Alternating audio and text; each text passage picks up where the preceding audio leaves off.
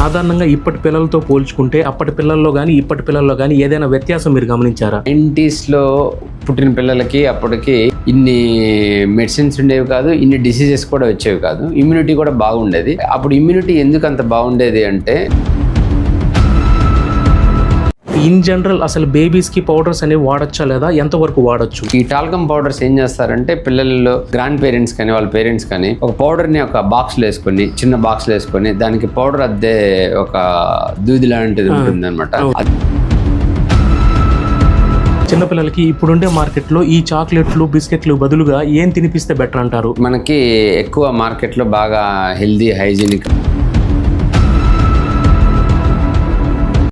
Doctor గారు నమస్కారం. నమస్తే అండి సార్, మా వీక్షకుల కోసం ఒక 2 మాటల్లో మీ గురించి. నా పేరు డాక్టర్ శ్రీధర్ పామూరు. నేను చిన్నపిల్లల మరియు పురిటి వైద్య నిపుణుడు. కావలిలో గత 15 సంవత్సరాల నుంచి వైద్య సేవలు అందిస్తున్నాను. నాకు ఈ అవకాశం ఇచ్చిన మన వాళ్ళకి, మన మిత్ర బృందానికి నా ధన్యవాదాలు. Thank you sir. అయితే స్ట్రైట్గా ఫస్ట్ క్వశ్చన్లోకి వెళ్ళిపోతే నా మొదటి ప్రశ్న ఏంటంటే, సాధారణంగా ఇప్పటి పిల్లలతో పోల్చుకుంటే అప్పటి పిల్లలు అంటే 90s కిడ్స్కి ఏంటంటే ఇమ్యూనిటీ పవర్ కానీ డిసీజ్ రెసిస్టెన్స్ కెపాసిటీ అనేది ఏదైనా డిఫరెన్స్ ఉందంటారా? అంటే అప్పటి పిల్లల్లో కానీ ఇప్పటి పిల్లల్లో కానీ ఏదైనా వ్యత్యాసం మీరు గమనించారా? అప్పుడు కరెక్టే మీరు చెప్పింది. ఏంటంటే 90s లో పుట్టిన పిల్లలకి అప్పటికి ఇన్ని మెడిసిన్స్ ఉండేవి కాదు, ఇన్ని డిసీజెస్ కూడా వచ్చేవి కాదు, ఇమ్యూనిటీ కూడా బాగుండేది. అప్పుడు ఇమ్యూనిటీ ఎందుకు అంత బాగుండేది అంటే వీళ్ళు మ్యాక్సిమం అంతా విలేజ్ బ్యాక్గ్రౌండ్ ఉండే పిల్లలు ఉండేవాళ్ళు. అప్పుడు టౌన్లో ఉండేవాళ్ళు చాలా తక్కువ మంది ఉండేవాళ్ళు. రీసెంట్గా టౌన్ పాపులేషన్ పెరిగింది, విలేజ్లో ఉండేవాళ్ళు ఎక్కువ ఉంది కాబట్టి వాళ్ళే పండించుకొని వాళ్ళే తినేవాళ్ళు.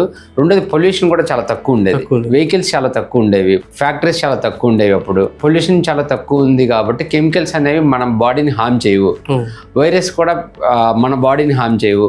లైక్ కోవిడ్ వచ్చింది, కోవిడ్ తర్వాత ఎంత ఎఫెక్ట్ అయింది, అది ఇమ్యూనిటీ ఎంత ఇమ్యూనిటీ ఉన్నా కానీ అందరికీ ఎఫెక్ట్ అయింది కోవిడ్ అనేది. ఇలాంటి వైరస్లు కూడా ఈ మధ్య కాలంలో అంటే 2002K నుంచి ఎక్కువ వైరస్లు, నెంబర్ ఆఫ్ వెరైటీ డిసీజెస్ కూడా ఎక్కువ అయిపోయాయి అంత ముందు కంటే. ఇంతకుముందు మనకి వ్యాక్సిన్స్ కూడా అంత తక్కువ ఉన్నా కానీ ఇమ్యూనిటీ ప్రొటెక్షన్ కూడా పిల్లల్లో ఎక్కువ ఉండేది. ఎందుకంటే వాళ్ళ పేరెంట్స్ కూడా కొంచెం హెల్తీ ఫుడ్ తినేవాళ్ళు. అడల్ట్ అంటే కల్తీ ఫుడ్ ఎక్కువ ఉండేది కాదు. ఇప్పుడు అంతా ప్రతి దాంట్లో కల్తీ ఫుడ్ కాబట్టి ఇమ్యూనిటీ అనేది తక్కువ ఉంది. చిన్న పిల్లలు ఈ రోజుల్లో మార్కెట్లో దొరికే చాక్లెట్లు కానీ బిస్కెట్లు కానీ తినకూడదు అంటున్నారు. సో అబ్సల్యూట్ గా అది జరిగే పని కాదు. ఎందుకంటే ఏ షాప్ కి వెళ్ళినా కానీ లేకపోతే ఏదైనా మాల్ కి వెళ్ళినా ఎక్కడికి వెళ్ళినా కానీ చాక్లెట్లు బిస్కెట్లు చూడగానే పిల్లలు అడుగుతూనే ఉంటారు. సో ఫైనల్ గా చిన్న పిల్లలకి ఇప్పుడుండే మార్కెట్లో ఈ చాక్లెట్లు బిస్కెట్లు బదులుగా ఏం తినిపిస్తే బెటర్ అంటారు? ఇది మంచి క్వశ్చన్ అండి. ప్రతి ఒక్క పిల్లల్ని కొంచెం టౌన్ లోకి తీసుకెళ్లి, బజార్లోకి తీసుకెళ్లి పిల్లల్ని కొంచెం అట్లా తిప్పి వెంటనే ఆ షాపులకు వెళ్ళిన వెంటనే వాళ్ళు చాక్లెట్స్ కావాలి, బిస్కెట్స్ కావాలి, పేస్ట్రీస్ కావాలి, జంక్ ఫుడ్స్ మీద ఎక్కువ ఇంట్రెస్ట్ చూపిస్తారు. అది హెల్తీ ఫుడ్ కాదు. మనకి హెల్తీ ఫుడ్ మార్కెట్లో చిక్కీస్ ఉంటాయి, తర్వాత డ్రై ఫ్రూట్స్ ఉంటాయి, తర్వాత డ్రై ఫ్రూట్ లడ్డు ఉంటుంది, రాగి మాల్ట్, రాగి బిస్కెట్స్ ఉంటాయి. ఇలాంటి బిస్కెట్స్ లో ఆల్టర్నేటివ్ వచ్చేసి రాగి బిస్కెట్స్ ఉంటాయి, క్యాషూ బిస్కెట్స్ ఉంటాయి. అంటే ఎక్కువ మైదా లేకుండా ఉండే బిస్కెట్స్ చాలా ఉంటాయి మార్కెట్లో. అవన్నీ తీసుకోవడం మంచిది. చాక్లెట్స్ మీదకి ఎక్కువ పర్సంటేజ్, కోకో పర్సంటేజ్ ఎక్కువ ఉన్న చాక్లెట్స్ అయితే బెటర్. అదైతే హెల్తీగా కూడా బాగుంటుంది మిగతా చాక్లెట్స్ కంటే.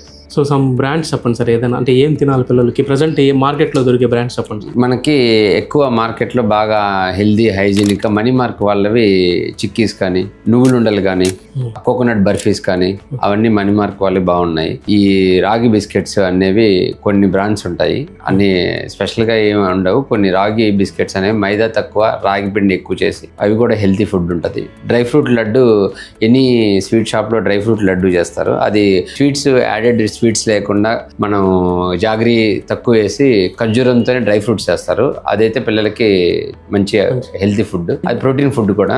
అన్ని రకాల ఎలిమెంట్స్, ఐరన్, కాల్షియం కూడా ఆ డ్రై ఫ్రూట్ లడ్డులో దొరుకుతుంది. అంటే ఇప్పుడు ఇవి కాస్ట్ ఎక్కువ అంటారు కదా సార్ పేరెంట్స్, ఇప్పుడు మళ్ళీ దానికి ఎట్లా సార్? అప్పుడు డేట్స్ ఒకటే తీసుకోవచ్చు, చిక్కీలు కానీ డేట్స్ అంటే ఖర్జూరం ఒకటే తీసుకోవచ్చు. ఖర్జూరంతో పాటు వేరుశనగ పప్పులు అట్లా వేసి చేస్తారు. అదైతే కొంచెం తక్కువ కాస్ట్ లోనే వస్తుంది, అవి తినొచ్చు.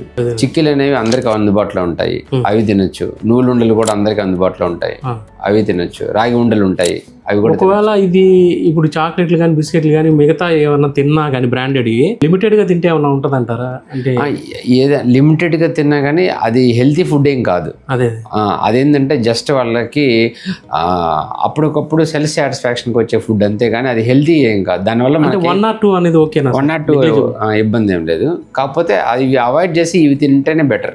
సార్ యాక్చువల్గా మార్కెట్లో దొరికేటటువంటి పౌడర్స్ తీసుకొచ్చి బేబీస్కి వాడుతూ ఉంటారు కదా సహజంగా, అంటే బాడీకి కానీ లేకపోతే ఫేస్ కానీ అప్లై చేస్తూ ఉంటారు కదా. సో ఇన్ జనరల్ అసలు బేబీస్కి పౌడర్స్ అనేవి వాడచ్చా లేదా, ఎంతవరకు వాడచ్చు? ఈ టాల్కమ్ పౌడర్స్ ఏం చేస్తారంటే పిల్లల్లో గ్రాండ్ పేరెంట్స్ కానీ వాళ్ళ పేరెంట్స్ కానీ ఒక పౌడర్ని ఒక బాక్స్లో వేసుకొని, చిన్న బాక్స్లో వేసుకొని దానికి పౌడర్ అద్దే ఒక దూది లాంటిది ఉంటుంది అనమాట.